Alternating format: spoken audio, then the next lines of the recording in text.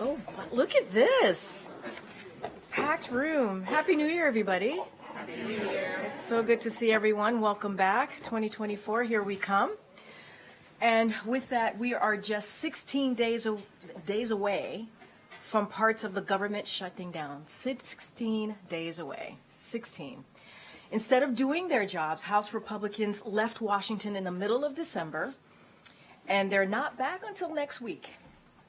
The American people want Congress to work with the president to take care and work on real issues that matter in their lives. That's what the American people want to see.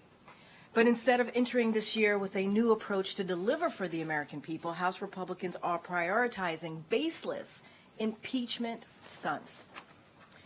In fact, earlier today, House Republicans said, and I quote, "We'll shut the government down. We control the money."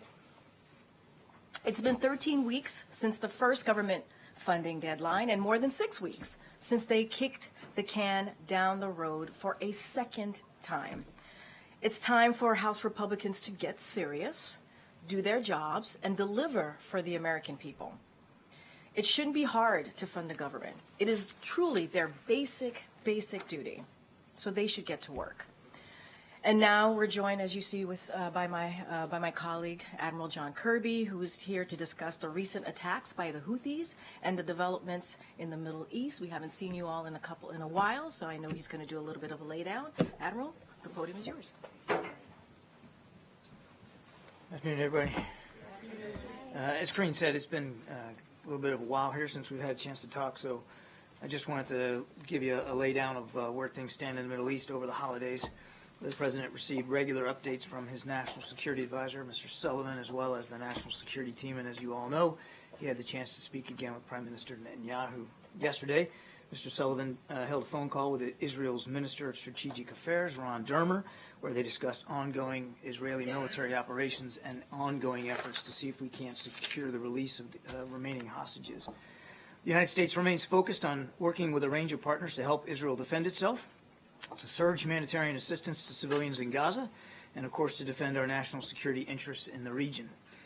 That most certainly includes protecting the free flow of international commerce in the Red Sea.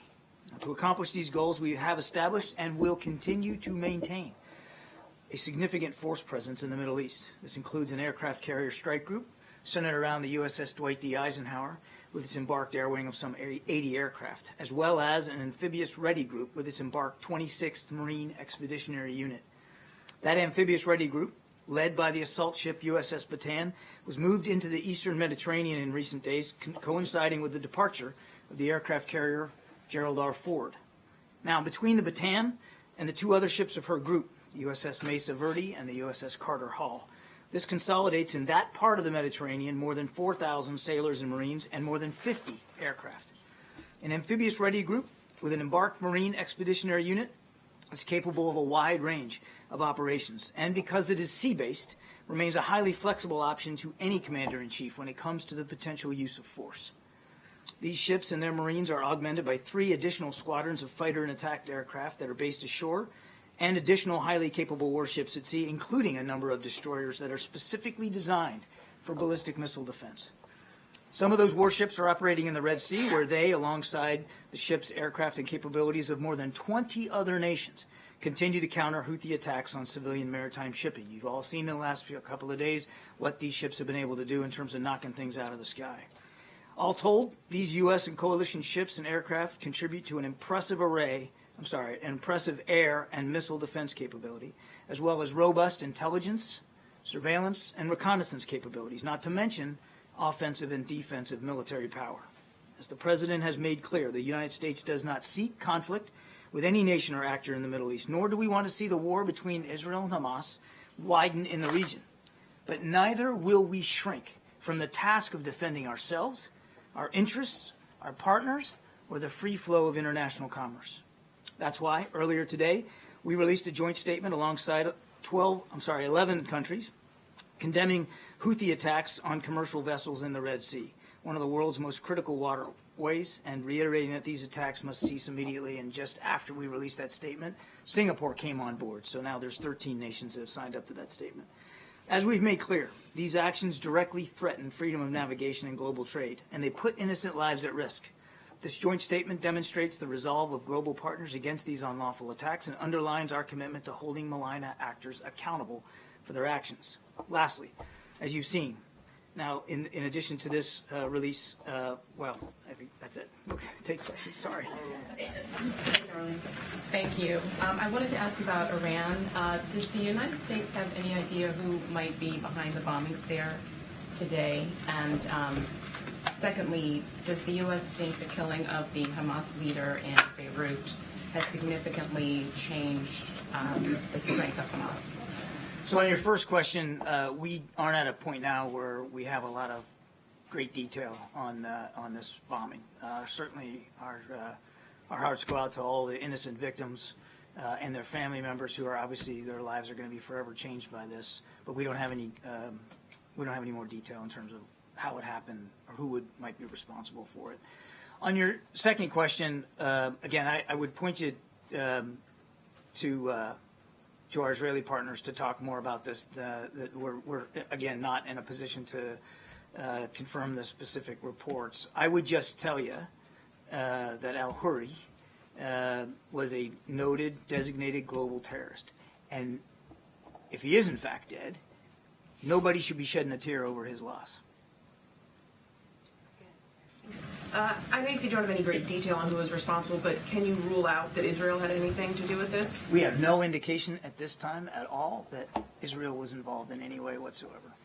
No indication, but just to be clear, you don't think, did they support or assist in some other way? I'm not going to speak for another nation. I would just tell you that we have no indication that Israel was in any way involved in this. And given that this was the Soleimani anniversary, did you have any intelligence that something was being planned for this day? We certainly had no indications that there would be some sort of violence surrounding the anniversary of his death. Just to follow up on the Lebanon issue, is there any concern that that particular strike might expand the conflict regionally? Well, I would just say, Trevor, everything that we've done, in fact, the laydown I just offered of the force posture changes that the president has ordered in the region has been designed to prevent an escalation or widening or deepening of this conflict. As we've said before, we don't want to see it widen beyond Israel and Hamas, and again, we're going to keep working with partners in the region to prevent that from happening. Okay, and then on the Red Sea, you mentioned that joint statement that came out today, and that Singapore has added their names to that as well. Yeah. But that is just 13 countries total. That's smaller than the 44 that issued a statement in December, and countries that you would think would be on that list, like France, are not. Is there a reason why that's not a broader group of countries that signed on? First of all, 13 other nations signing up to language like that, or 13 total nations, 12 others than us, I think is significant. Other nations can speak for themselves about their decision-making with respect to signing on to public statements. There are, as you know, many nations that are assisting us in Operation Prosperity Guardian in the Red Sea that don't want to be public, that are contributing capabilities, but they don't want it public. So I think you're seeing an increasing number of nations around the world, particularly as commerce in the Red Sea gets affected. And shipping companies are making difficult decisions about whether to transit the Red Sea and the impact that it's beginning to have on global commerce. Countries are more and more becoming aware of this increasing threat to the free flow of commerce in the Red Sea by the Houthis, and are increasingly being willing to express their discomfort with that. John, thanks so much. Is it the White House's view that the elimination of Hamas is an attainable goal? What we've said before is, well, first of all, the Israelis should speak to their military goals. We have said that we absolutely believe they have the right and responsibility to eliminate the threat that Hamas poses to the Israeli people. Now, they have said for themselves, Peter, that the way they're going about that is really targeting infrastructure, tunnels and command and control nodes, as well as leadership. It is not that unusual or different approach than we took ourselves in places like Iraq and Afghanistan, going after the leadership network. Now, you can certainly significantly degrade a terrorist organization's ability to operate, train, and conduct attacks by going after its leadership.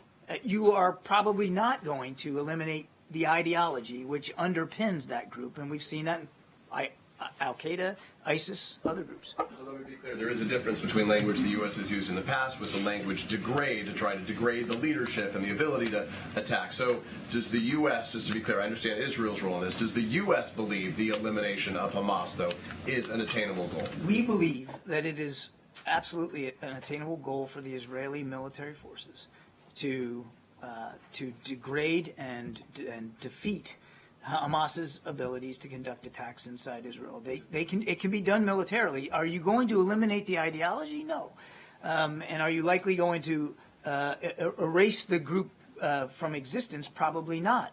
But can you eliminate the threat that Hamas poses to the Israeli people? Absolutely. Okay, let me ask you another question if I can. We've been talking about the Houthis here.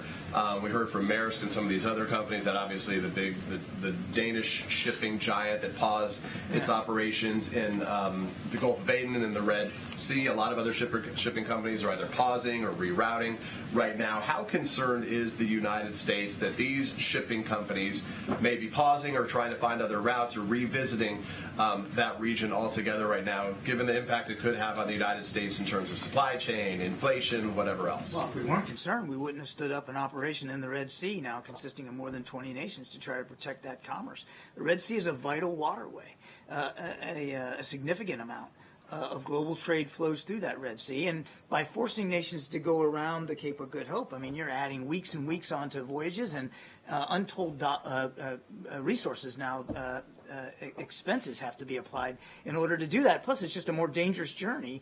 So obviously there's a concern about the impact on global commerce. Is this a pocketbook issue that Americans could be concerned about, given the supply We chain? haven't seen that effect yet. At risk of being.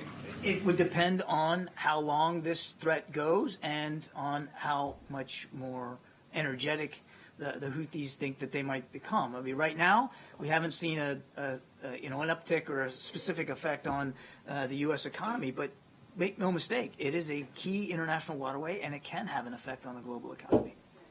Thank you, Karine. Thanks, John. To follow up on the eradication of Hamas, does the U.S. know how many more members of Hamas are left to eradicate? We have estimates. I'm loath to put the numbers out there right now because they are just estimates, but Hamas still has a significant force posture inside Gaza. Is there any way you can characterize the progress that's been made in terms of percentage? How is Israel done, basically? If it's their operation, obviously you're keeping track of progress. I've been trying real hard not to give them a report card here, and I think that's a wise thing for us to do, is to refrain from analyzing and armchair quarterbacking their military operations. They themselves have said that they have targeted and been successful against a range of leadership of Hamas, certainly at the brigade level and higher. And remember, these guys are organized like a military. It's not just some ragtag group of terrorists. I mean, they have a pretty sophisticated military underpinning and structure to them, and they've gone after quite a bit of those leaders. They've gone after a lot of their mid-range and lower-level fighters as well. I think I'm going to let Israel characterize how they've been doing, but they have, without question, let me just say this broadly, they have had an effect on Hamas's ability to command and control itself, to resource itself, and quite frankly, to lead their troops. And just one quick clarification on the airstrike in Lebanon. Is the U.S. assessing to try to determine who is responsible for that? For which? What? The airstrike in Lebanon that killed the Hamas leader. I'm not aware of any efforts of the United States to assess that or to analyze that. We certainly weren't involved in any way whatsoever. Thank you so much, John. Moving on to Ukraine, first of all, just your assessment of what we've seen in the last few days, but then also there's a Newsweek report that the U.S. is going to destroy several hundred, quote-unquote, expired ATACMS, which is, of course, a weapon that President Zelensky has asked for specifically. Can you confirm that? And is it possible that the U.S. could send those to Ukraine? And would that be a political decision or a military decision? I cannot confirm those reports. That's really a better question put to the Department of Defense. How about a lay of the land in the last few days, where we are? I mean, look, just broadly speaking, in the last 48 to 72 hours, You all seen that Russia continues to launch drone and missile attacks, including ballistic missile attacks on targets inside Ukraine, to include not only military targets in Ukraine, but civilian targets in Ukraine, to continue to try to weaponize winter, to go after their infrastructure. I mean, so for all the ballyhoo that I heard in the last few days about Mr. Putin and some press reports that he's all of a sudden willing to negotiate, he sure doesn't act like a guy who's willing to negotiate. He's doing everything he can to try to put the Ukrainians on their back feet, which is why it's so important that this supplemental funding request that the president put forward gets passed. We have given now Ukraine the last security assistance package that we have funds to support right before New Year's, right after Christmas. And we've got to get support from Congress so we can continue to do that. Israel too. South Africa's filed this 84-page lawsuit against Israel, accusing them of genocide. Israel says that this is blood libel. Does Washington agree? And where does this put Washington and Pretoria? We find this submission meritless, counterproductive, and completely without any basis in fact whatsoever. Thanks a lot, John. What's the U.S. assessment of the larger goal that Israel has set to eradicate Hamas? Is that still considered to be a realistic and wise military objective? I think I just answered that with Peter. We don't believe that military attacks alone are going to eradicate an ideology. And it's not likely that you're going to get rid of every single Hamas fighter. So in that sense, I mean, you still have to reconcile yourself with the fact that there may still be some Hamas around, even when your military operation is over. That said, what they absolutely can do is eradicate the threat that Hamas poses to the Israeli people. And you can do that by going after leadership. You can do that by going after their infrastructure. You can do that by going after their resource. And we showed that with respect to ISIS and al-Qaeda. It can be done. ISIS and al-Qaeda still exist, but they are nowhere near the kind of threats that they once posed. So it can be done militarily. A couple more on Israel. Maybe this came up on Jake's call, but do you guys feel like you have any path forward on Israel's decision to withhold tax revenue from the Palestinian Authority? And then do you have any reaction to the Supreme Court in Israel striking down the judicial reform package that the Prime Minister put forward? I know the President has weighed in on it previously. Yeah, I don't have any update for you on the tax issue. And on the judicial reform, we are going to be careful that we don't comment on the internal workings of a fellow democracy. What the president has said before stands today, which is, we want to see that as a vibrant democracy, any changes, any governance changes that our Israeli counterparts try to pursue are done with the broadest base of public support possible. And then, sorry, just real quick, before the break, Karine talked about a possible regulatory review of the Japanese purchase of U.S. steel, but I'm wondering if there's a national security component to that review, and if NSC or if you're aware of anyone on the national security side looking into it, As far as I know, there's no updates to that review, and obviously anything like this, I mean, we carefully evaluate the degree to which there is a national security component, and we'll do that in this case, but I don't have an update for you. John, can you give us an update on the hostage situation in Israel and the kind of the status of the talks with the Qataris and others to move that forward? Is it the U.S. opinion that it's at this point pretty much stalled, or is there some hope of reviving that in the near future? Well, there's always hope, and we're not going to stop hoping to try to get all those hostages home. What I can tell you is that the conversations are ongoing, they're real, and we are pursuing them with the same sense of energy that we were, a month or two ago when we were able to get some 50 hostages out. I would tell you that I don't have any specific progress to report today, but we're not going to stop talking about it. We're not going to stop working on it, and we're not going to stop engaging our partners. Talks scheduled with McGurk or anybody else in the region? There have been ongoing communications. I mean, I don't have anything on Brett's schedule to speak to specifically today. I think you can expect that he will be, as he has been, constantly engaged on this, as will David Satterfield on the ground. But it's an ongoing conversation. Just following up on that, John, when Prime Minister Netanyahu said yesterday that Hamas had given some sort of ultimatum on the hostages front, do you know what he was referring to? I don't. On a separate topic, I wonder what you made of Hassan Nasrallah's speech today. We are not scared of war. Does the U.S. hear that as escalatory or pretty consistent with what we've heard recently? I think we're going to judge actions and not words. We haven't seen Hezbollah jump in with both feet to come to Hamas's aid and assistance. We continue to message privately and, of course, publicly with y'all that we don't want to see this conflict widen. We don't want to see a second front opened on the north. We don't think that's good for the region, certainly not good for the Israeli people, and we're going to continue to deliver that message. On migration, Denver's mayor this weekend told CBS that his city needs arriving Venezuelan migrants to have the ability to work.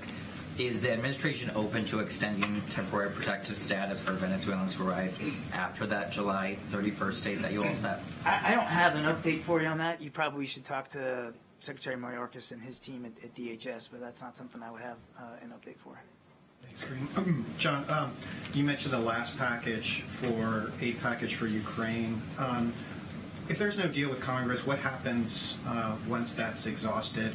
I mean, will shipments of weapons just stop? They'd have to. They'd have to. We have. The president signed out the last security assistance package for which we had replenishment authority funds. That's it. We need the supplemental pass so that we can provide additional security assistance to Ukraine. Now, there's always a lag of days, if not weeks, each time we sign out one of these packages. So the things that were signed out on the 27th have not all been delivered to Ukraine. That will come in coming days and weeks. But after that, absent supplemental funding, there's no other magical pot to dip into to try to get support for Ukraine. So there's no other pools of government weapons that could be used temporarily and then refilled later? I'm not aware of any Band-Aid fix that can be done. I mean, I don't want to get ahead of the decision-making process here. I mean, we're going to do what we can to continue to support Ukraine. But in terms of the kinds of security assistance that we've been able to provide and the frequency with which we have provided it every 2 weeks, that ended on the 27th when we submitted our last one for the year, the last one that we had funding applied to. Thank you. A follow-up and a question. John, you just said that you have no indication that Israel is behind the assassination of Saleh Haruri. But Israeli cabinet ministers and Israeli officials are on the record saying that they are going to go after Hamas leaders. They're going to assassinate them just like they did in the 70s after Munich. So do you dismiss what they're saying as maybe it's not the responsibility? Nothing to dismiss anything they said. I was asked a simple question. Do we have evidence that Israel was responsible for it? And I said we didn't. Now, Israel, as I've said before, has a right and responsibility to go after the threat that Hamas poses, which means they have a right and responsibility to go after the leadership of Hamas. Now, as I've also said many, many times from the podium, we expect that they'll do that in accordance with international law. A question. Yesterday, the State Department condemned statement of two Israeli cabinet ministers calling for the displacement of Palestinians. Yeah. And I'm sure that's a position of the White House as well. It is. But practically, how do you enforce that? You have so much leverage over Israel. Apart from condemnation, what practically can you do to stop this plan? Because Netanyahu defiantly challenged the White House when it comes to a state solution and other issues with the Christian soldiers in the northern part of Gaza. First of all, I don't think we can call it a plan. These are comments by two cabinet officers. That doesn't constitute an Israeli plan to relocate people out of Gaza. So I don't think we should get ahead of where we are right now. And you're right, that statement does speak for the United States government and for this administration in terms of our complete refusal and rebuke of any forced displacement outside of Gaza of any Palestinians. We have made that clear to our Israeli counterparts in private sessions. We certainly have made that publicly, and that's not going to change. Thank you, Karine. Admiral, back to Ukraine for a minute. It was well chronicled earlier in the war the heavy losses the Russian military took in terms of equipment, firepower, and such. In the wake of this recent barrage, though, launched on these Ukrainian cities, what is the current U.S. assessment of just what the Russian military's currently capabilities? Interesting that they have to keep reaching out to other countries to shore up their inventory of artillery shells and missiles and, of course, drones. A lot of these drones that were launched in the last 72 hours were Iranian-made or Iranian-designed drones. We know that this war has had an impact on Mr. Putin's war-making capability, particularly when it comes to munitions, artillery, drones, missiles. We also know that he still has a sizable amount of his Air Force available to him, a sizable amount of his ground mechanized capability available to him. And of course, while his Navy has been challenged in the Black Sea, it's really only been the Black Sea fleet that has been affected. He also has an advantage in manpower because Russia is just a bigger country. And he doesn't have to, unlike President Zelensky, he doesn't have to answer to the Russian people about mobilizations and taking prisoners out of jail cells and putting them on the battlefront. He has gone through an enormous amount of manpower in the last 2 years of war, and we know that he's going to continue to try to throw manpower at it. All that said, Jonathan, that's on the plus side of the ledger for him. On the negative side of the ledger, command and control in the Russian army is still abysmal. Morale, leadership, absolutely at the dirt floor. They are still heavily reliant on long-range kind of strikes because they got that available to them. When they engage the Ukrainian forces on the ground, they're not having much success. For this so-called ballyhooed counteroffensive that they were going to launch themselves, they've really achieved nothing in recent weeks and months. This is a military that still has not really learned the lessons that you would think a modern military would learn after 2 years of war. In the back, way in the back. Yeah, Admiral, you said that the United States doesn't want a second front, and you also said that Israel has a right and responsibility to go after the Hamas leadership. But isn't the United States and the President, aren't they exactly widening and escalating this, given the fact that the U.S. is supporting chasing Hamas leadership outside of Gaza? I mean, the fact that it's going into Lebanon, a sovereign nation. Again, your question is presuming an awful lot, and is presuming that I said things I didn't say. I'm not confirming that the Israelis took this airstrike. I would refer you to them to speak to their military operations. I did. Nevertheless, I'm not confirming that they took this strike. They have a right and responsibility to go after Hamas leadership, and we expect that they'll do that in accordance with international law. Nothing's changed about the fact that we don't want the conflict to widen. I mean, heck, my opening statement was 4 or 5 pages worth of talking about all the kind of capabilities that the president's putting in the region to prevent that very outcome. Okay, so let me follow up on that then. Given the Red Sea patrols, we knew in advance of those being set up that the Iranian defense minister said very clearly, nobody can make a move in a region where we have predominance. The United States knew that. Set it up anyway. Is that not being seen as a provocation? If you know that Iran sees that as a provocation, you take the action anyway.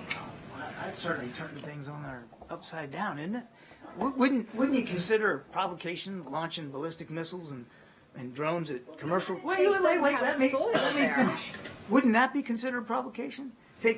Targeting innocent merchant shipping and innocent merchant sailors? That's a provocation.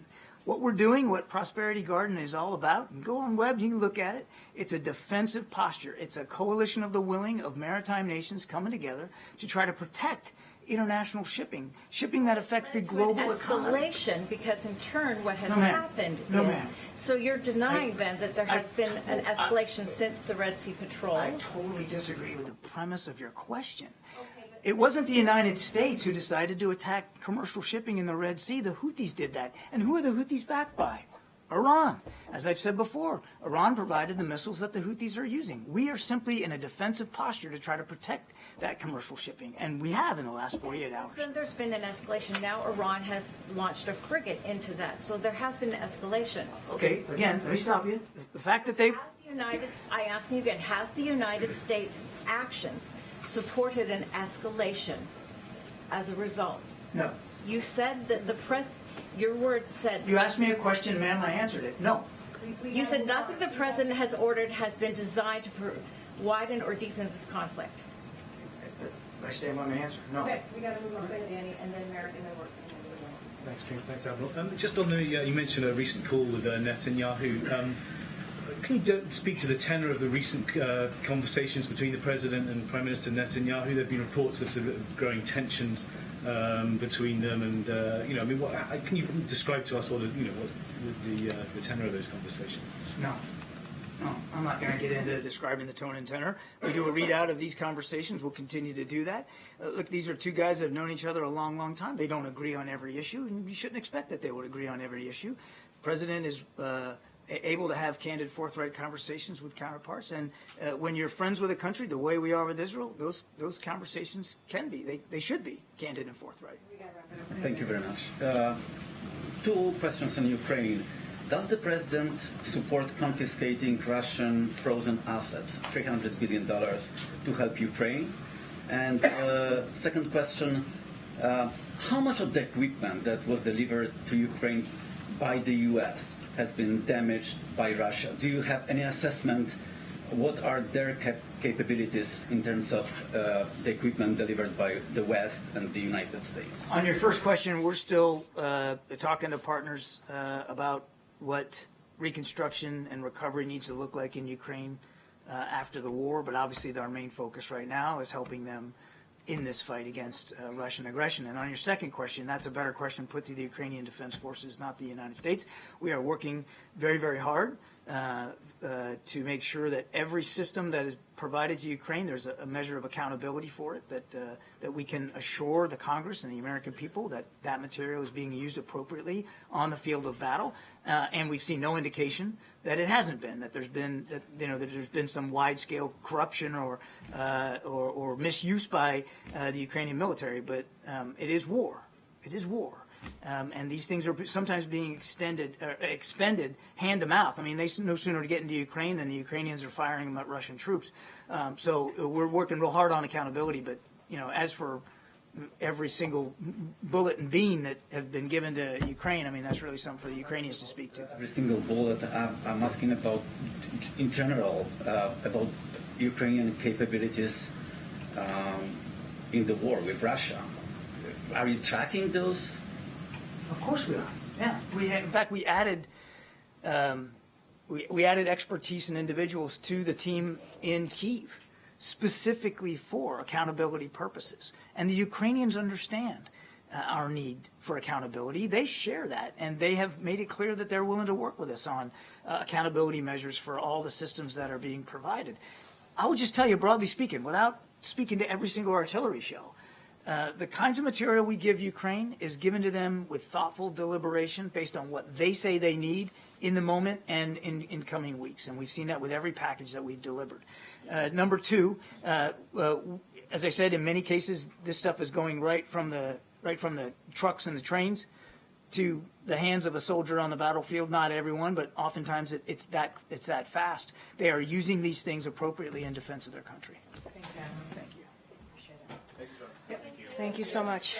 Okay, Darlene, good to see you. Want to reset us and start us off again? Sure, good to see you too.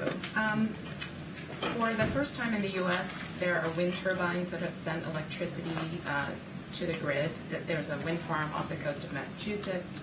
It delivered some power just before midnight on Wednesday. It's a project the Biden administration had signed off on, and I was just wondering if the president supports this kind of energy. Is he aware? Any reaction that you can share? So I don't have a reaction for you at this time. I would have to get back to the team, and I certainly have not spoken to the president about this particular issue. As you just stated, that is something that we are, when it comes to wind turbines. You've seen the president visit many of manufacturing factories where they are certainly leading with that and manufacturing those wind turbines. So certainly that is part of our climate change, certainly initiative, clean energy. So that's certainly something that we have been very much backing and supporting. But that particular issue, I have not touched base with the president about. And then two other quick ones. Will the president have a public schedule tomorrow or Friday? I don't have anything at this time for you. As you know, he will be traveling on Saturday for January 6th to Pennsylvania. That is something that the campaign is putting together. So if you have any specific details, we'll certainly make sure that you reach out to them. I just don't have anything else on his schedule for the next day or two.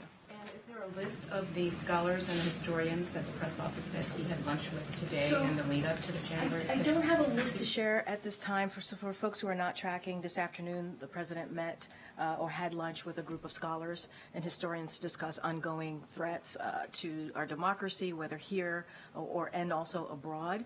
This is something that he tends to do, especially as we head towards an important day like January 6th. So it's something that it is commonly done. He's done it. He's met with a diverse group of historians before. I don't have a list to provide to you at this time. Thanks, Karine. On the scholars and historians meeting, that statement referenced threats to democratic institutions in the country. Does the president think that there are any specific policy changes that are needed to strengthen institutions ahead of the elections? I don't have any policies to announce or preview for you at this time. Look, the president has always been clear. I've been clear from this podium as well. What happened on January 6th was unprecedented, an attack on our core principles, an attack on our democracy. What we saw was an attack on our rule of law, attack on our Constitution. We saw the Confederate flag in the middle of the Capitol building. It was a terrifying and horrific day, and a dark day in our history, sadly. But I just don't have, as far as policy-wise and our strengthening our institutions, don't have anything to share at this time. But specifically, does he think the United States is ready to have free and fair elections in November? Well, we have to. I mean, that is what we need. We have to. That's what the president believes in, right? He believes in having a democracy that works, on having a free and fair election. That's something that he has spoken to, obviously. But I don't, as far as our policies for our institutions, announcing any new policy, I don't have anything just announced at this time. But clearly, that is something that the different agencies who are involved are certainly making sure that we get to a place that where Americans are able to vote freely in November. And do you have any reaction to the new data out of Treasury that the national debt has hit a record $34 trillion? So if you look at that data, it's a trickle. There's a trickle down debt. If you think about it, Republican tax cuts are responsible about 90% of it.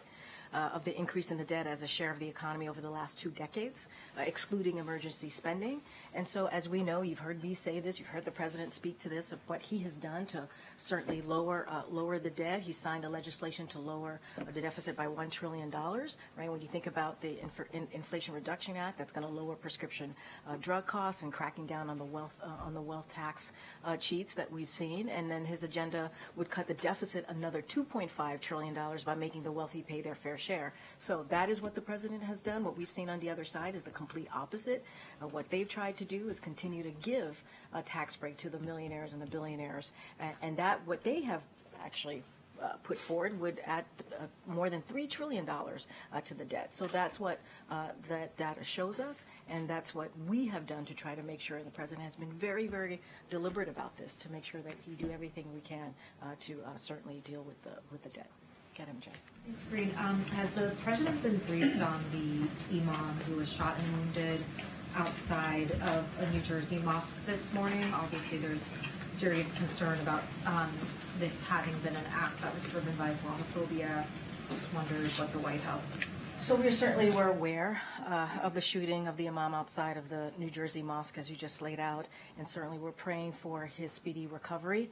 Local law enforcement are all hands on deck, obviously, and is investigating, and we hope that they're able to complete their work soon. I don't have anything else. I would refer you to the FBI on any specifics, and I have not spoken to the president, but obviously we are aware of it.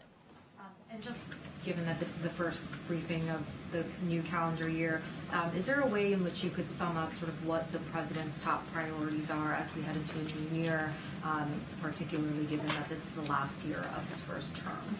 So look, the way that we see the president's, even the president's first 3 years, he's done more in the first 3 years than presidents have done in the first 2 terms, or their first 2 terms, in their 2 terms of their presidency. And that is, if you think about historic pieces of legislation, whether it's infrastructure, whether it's Ships and Science Act, whether it is, is it the Inflation Reduction Act, as I just mentioned, which is historic in nature, as we talk about clean energy and lowering prescription drugs, that is incredibly important. And what we need to do, and what the president wants to focus on, is implementing those, right? Continuing to implement those really key, important legislation. That's what you're going to see the president do. Last year in his State of the Union, you heard the president speak to finishing the job, and so that is something that he wants to continue to do, right? Whether it's making sure we have veterans, making sure that unity agenda that he talked about, making sure that we're focusing on our veterans, focusing on getting fentanyl off the street, focusing on how do we deal with cancer. Those are the things that the president's going to continue to talk about. And one of the very important things in the Inflation Reduction Act is that insulin cap at $35 for adults. He wants to make sure that happens for all Americans. So there's a lot to work on.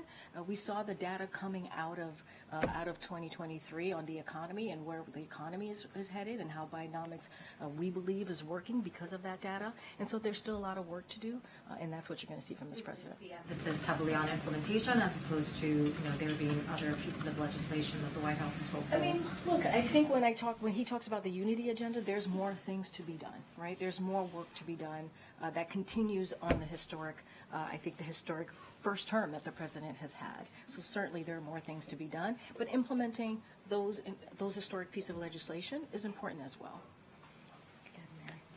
Secretary Mayorkas has obviously been up on the Hill negotiating this deal, trying to hammer out something on the border, but at the same time the House is formally beginning impeachment proceedings against him.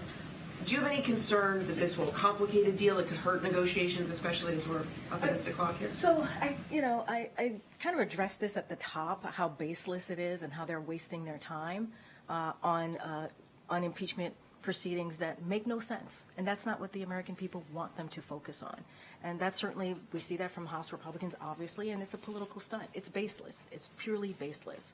And instead of coming together to deal with potentially what's going to happen on January 19th, a shutdown, instead of dealing with that and really keeping to their word of that bipartisan agreement that the president did and made back in 2023 and keeping that deal, 2/3 of House Republicans voted for that. We saw bipartisan support in the Senate.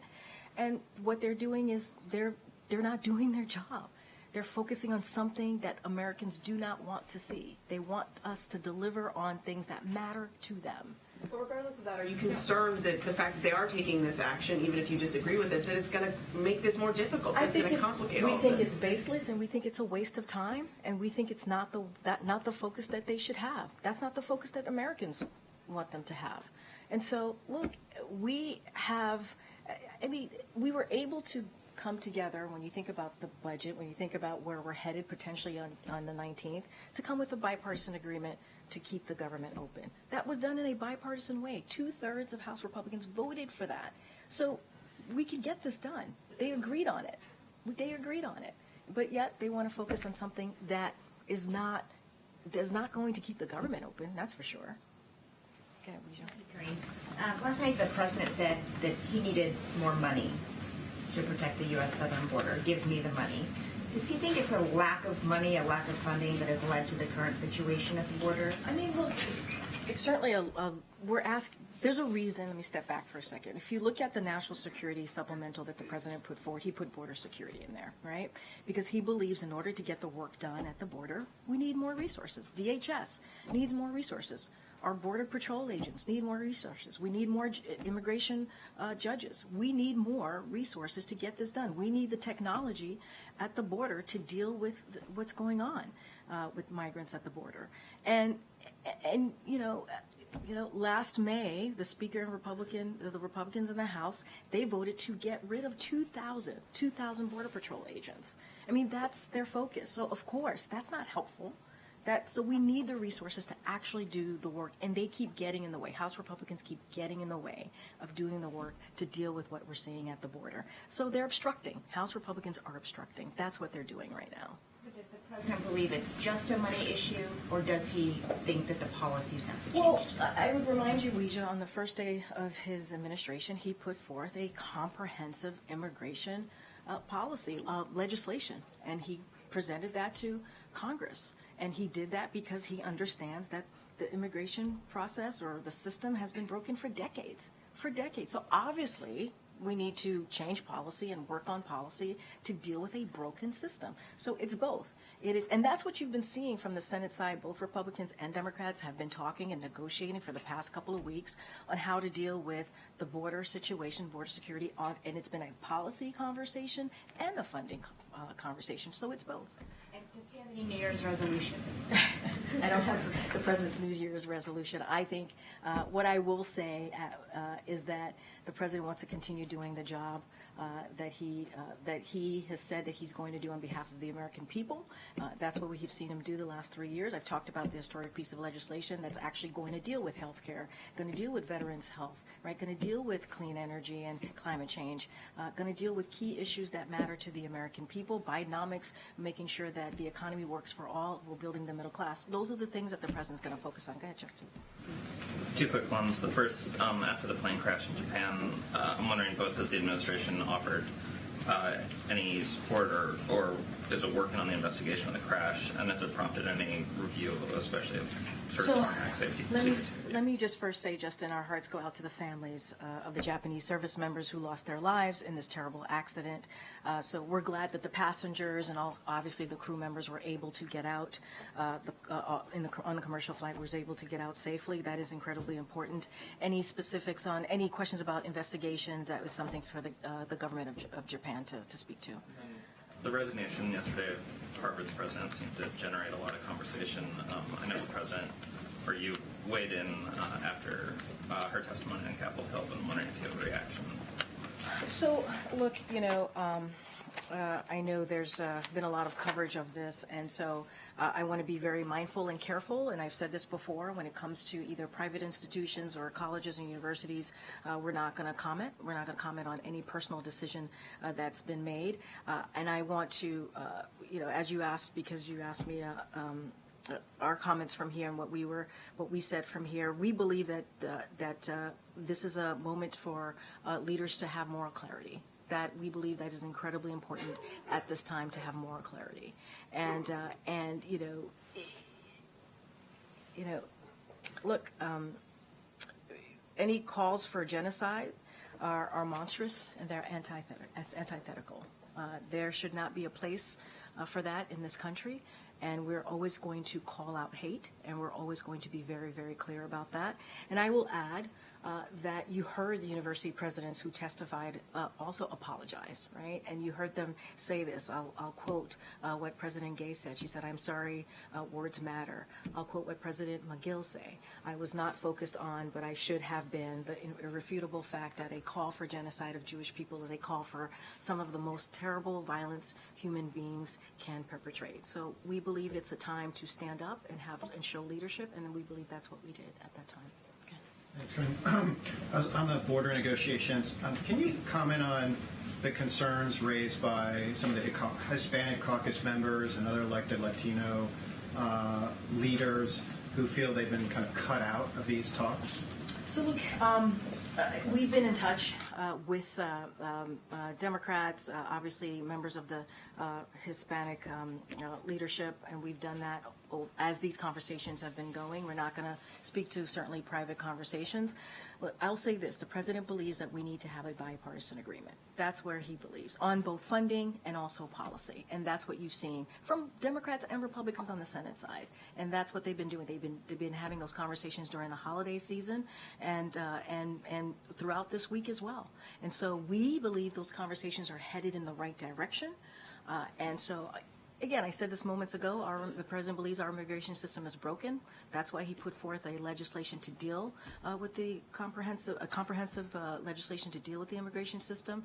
And so now we're having a conversation, a bipartisan conversation about how to move forward. We're going to continue certainly to hear from the leaders, obviously, and to hear what they have to say. And we've been in touch with them. We've had conversations with them. I'm not going to go into private conversations. And, it's being hammered out. I don't want to get into specifics from here, what the policies are going to look like, what's in or what's out. We think it's heading in the right direction, and it is important to have these conversations. One of the concerns that they've raised, they say the discussions is leading the Biden administration into a trap, asylum discussions, that making it harder to migrate legally will only increase irregular migration. Have you heard that from them specifically? And how does? So look, I've seen the reporting just like you have. Obviously, the team here has had conversations with leaders. Here's the situation, right? The situation is that this immigration system has been broken for decades. And we need to have a bipartisan agreement to move forward on how to deal with the system. That's what we need to do, both on a policy front and a funding front. And so that's what you're seeing from the Senate side on both Republicans and Democrats. And it's been weeks of conversations and negotiation. And we think that is important. That's the only way we're going to be able to deal with this issue. And it's headed in the right direction. I'm not going to get into asylum. I'm not going to get into asylum policy. I'm not going to get into specifics. And so I'm just going to have to leave it there, obviously. Go ahead, Michael. Thanks, Karine. The House committee is moving ahead with impeachment proceedings against Secretary Mayorkas. There's a hearing scheduled for next week. So I'd just like to get the White House response. And also, just to clarify, does the president still have confidence in the secretary? Absolutely, the president has confidence in the secretary. I think, and I've said this moments ago. I said it at the top as well. We believe that what they're doing, the House Republicans are doing with this impeachment inquiry, is baseless. We believe that it's a political stunt, and we believe there's no time for that right now. There are things that the American people want us to get done, and that's what they should focus on. And you know, it is unfortunate that this is where the House Republicans, that's the road that they want to go down with this impeachment proceeding. That is really unfortunate when the American people have been very clear. They want us to see it. They want us to work in a bipartisan way to get things done for them. And that's what the president wants to do. Go ahead, Karen. Back on the border negotiations. Has the president spoken to Secretary Mayorkas since he met with the bipartisan negotiators on the Hill yesterday? I would literally have to check. I don't have any call to read out. But obviously the president speaks to his cabinet secretaries on a regular basis. But on this particular meeting, I don't want to get ahead of that. So I would have to check in. But he speaks to them on a regular basis. Obviously, it's his cabinet. And you've said you're not going to get into the details of what's being negotiated, but broadly, does the White House want to see Congress clear the supplemental before turning to the government funding issue for January 19th? As you just laid out, Congress has a lot of work to do. They do. The supplemental, the reason that we put forward a supplemental, they are emergency requests that we believe are incredibly important and that needs to be dealt with on behalf of the American people. So obviously, those are important. Those are emergency requests that the president asked for. So critical, very critical to the American people. And, you know, their basic job for for Congress more broadly, is to keep the government open. That's their basic duty, is to keep the government open. And all they're doing is dealing with a bipartisan agreement that the president made with Congress, right? It's something, again, I'm going to repeat myself here, something that 2/3 of House Republicans voted for, something that we saw come out of the Senate in a bipartisan posture. And so they have a lot to deal with. They have a lot to deal with, and they should just do their job. Does the president still have plans to visit the disaster site in East Palestine, Ohio?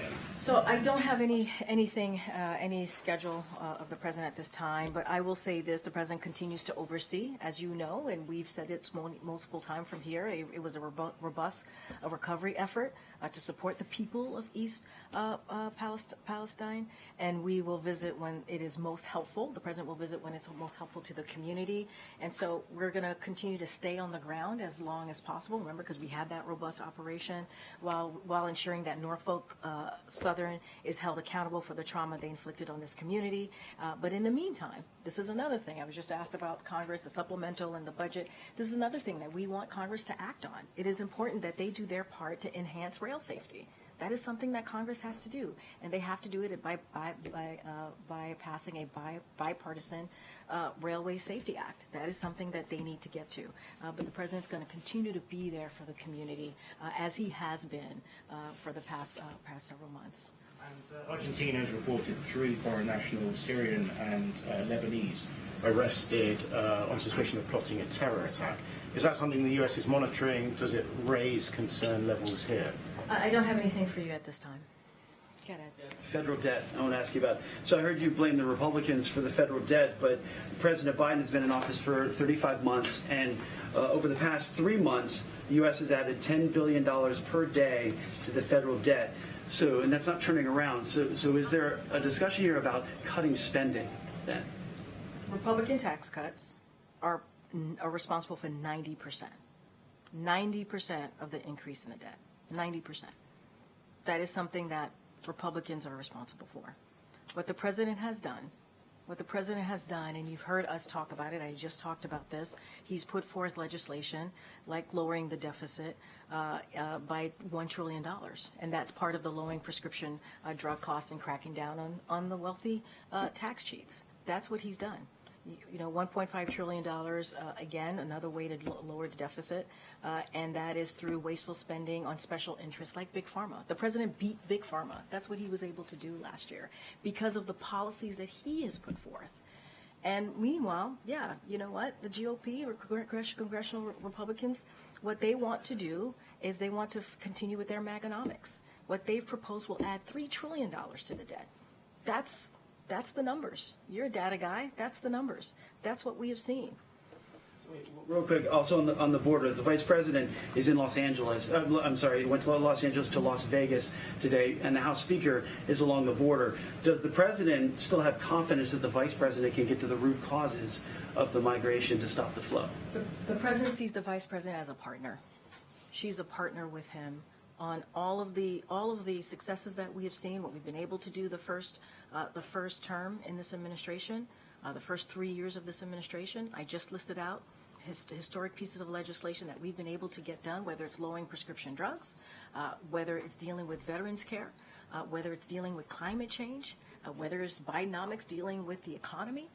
That is something that he has done in partnership with the vice president. So he has all confidence in her and will continue to do so. He has confidence in the vice president. I answered your question. Go ahead. With the additional indictment of Senator Menendez, does the president think the senator should resign? That's up to him. That's a decision that he needs to make. And obviously it's a serious matter. And he thinks it was the right thing that he stepped down as chairmanship. As anything else to your question, that's something for the senator to decide on. Broadly, though, does the president trust the senator? And has the senator been cut off by the White House communications? I'm not going to get into any private discussions here at the White House, but that is something, as it relates to him resigning, that is something that the senator has to deal with. Go ahead. You mentioned the immigration proposal that the president put forward a few times. Are there any pieces of it that the president is now pushing for in these border talks? I'm not going to get into negotiations from here. Why is he not actively pushing for any parts of it? I didn't say he wasn't. I'm just saying I'm not negotiating from here. Okay. Thank you, Karine. A couple weeks ago, you had said what we're seeing at the border isn't unusual, but in the month of December, there were more than 302,000 migrant encounters, the highest total for a single month ever reported. So does the administration concede that what we're seeing now is unusual? What I said was, to be exact, is that what we're seeing at the U.S. is ebbs and flows in how many migrants arrive at the border. It's something that happens every year. It ebbs and flows. And it's fueled by efforts of smugglers to encourage irregular migration. And I will add, since May 12th, DHS has removed folks who have been here illegally, who were not here on a legal basis, about 460,000 people that they've been able to remove. That's what I said. Every year we see an ebbs and flow, and that's what we're seeing at this time, and which is caused by misinformation and disinformation from smugglers. Well, ICE reported that they only deported 142,000 in all of fiscal year 2023. December had more than double that cross in just a single month. So how is that really a measurable consequence? Since May 12th, DHS has been able to remove and return over 460,000 individuals who did not have a legal basis to be here. That's what DHS has been able to do since May 12th. And I will remind you, that just last week we had Homeland Security Advisor Sherwood Randall and Secretaries Biden and Mayorkas meet with the Mexican government just last week, and it was a productive conversation.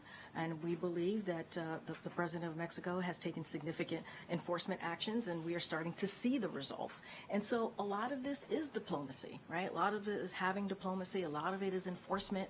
I just laid out how last May, while DHS was starting to remove folks who were not here on a legal basis, you had House Republicans voting to get rid of 2,000 Border Patrol agents. That's what they were doing. So we're trying to deal with the issue, and we get it. It ebbs and flows every year. We get it. We understand what's happening at the border. That's why there's negotiations happening on the Senate side with Republicans and Democrats to deal with this issue. Dealing with the issue as the administration's also fighting to keep up, to remove razor wire along the border that is intended to keep, this surge lowered to keep people out from crossing illegally. Governor Abbott's razor wire does not prevent. It does not prevent non-citizens from unlawfully crossing. That's not what it does. If anything, it puts at risk, it puts the lives of the Border Patrol at risk. It puts them in danger. That's what the razor wire does. And that's what the Governor Abbott is doing. Again, a political stunt that doesn't actually fix the problem and puts Border Patrol agents. Fixing it right now. Well, I just don't. But I mean, sure, a temporary solution, obviously. But when I guess the reason that I'm but coming Jackie, to it from it this also perspective is because it puts Border Patrol. It puts them in a difficult position, right? I hear you. But when you're talking about the impeachment proceeding, for instance, as baseless, and you have, Democrats calling on the administration to do more. You had the mayor of Denver today saying that Denver has become the highest city per capita for migrant recipients in the country. You've had mayors in New York and Chicago begging for more federal help, saying that the administration is not answering them. And then you have Texas saying that they've had to take measures into their own hands because the administration isn't enforcing existing laws on the books. The numbers keep going up. You have, records being shattered every month. A population bigger than the size of Seattle coming in since October. And I understand where you're coming from, but in the meantime, when there's really not been any progress, and you always talked about how this has been an issue for decades, what is the administration doing right now to actually improve the crisis at the border? We have House Republicans that's literally blocking the president's effort to do something. That's what they're doing. They're playing political games. They're doing political stunts. Literally, House Republicans themselves voted to decrease the amount of Border Patrol agents by 2,000. They're getting in the way, and they don't want to help. But we are glad that we are working with Senate Republicans and Democrats in a bipartisan way to come up with a bipartisan agreement to deal with the border security. That's what we're seeing. Those negotiations have been going on. They're continuing this week, and we really do hope that we come to a place where we can talk about a bipartisan agreement where we can deal with the funding and the policy. And House Republicans are getting in the way. That's what they want to focus on. That's where they see there could be the most effective, and that's not what we believe. That's not what the American people want. Go ahead, Peter. Just to be clear, how does the razor wire put Border Patrol agents at risk? Karine, the Biden administration themselves said that the agents have been cutting the wire to provide medical assistance to migrants or to apprehend migrants who have already crossed into U.S. territory. Let me be more clear. It makes it more difficult. It actually makes it more difficult for Border Patrol to apprehend those who do cross. So I'm going to just clear that up a little bit. Just to be more clear, it does make it more difficult for them to do their jobs, right? It does. A quick last question, if we can. President Biden obviously campaigned on the idea of being a bipartisan leader, the ability to work together. One of his biggest successes, the White House would say, would be the infrastructure law right now, $1 trillion. It was approved with the support of Democrats and Republicans. Right now, there's a new Republican House Speaker. President Biden hasn't had a one-on-one meeting with him yet. Many weeks have now passed. Is there any indication when that would happen, and what's precluding the president from saying, Speaker Johnson, come to the White House, let's sit down and talk about this?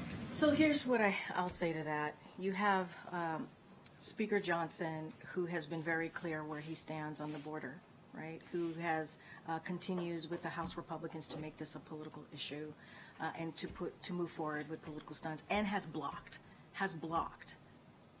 any efforts for the president to deal with the border. That's what we've seen. That is what we've seen from the speaker.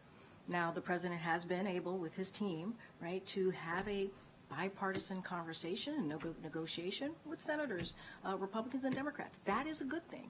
That is a good thing. We think those negotiations are headed in the right way as we talk about border security. And, we are hopeful. We are hopeful that we'll come to a place that we are dealing with an issue that Americans really care about. And that's where we are, Peter. That is where. I don't have anything to read out to you, but that is the playing field that we're seeing right now. That is. Thanks, everybody. I'll see you tomorrow.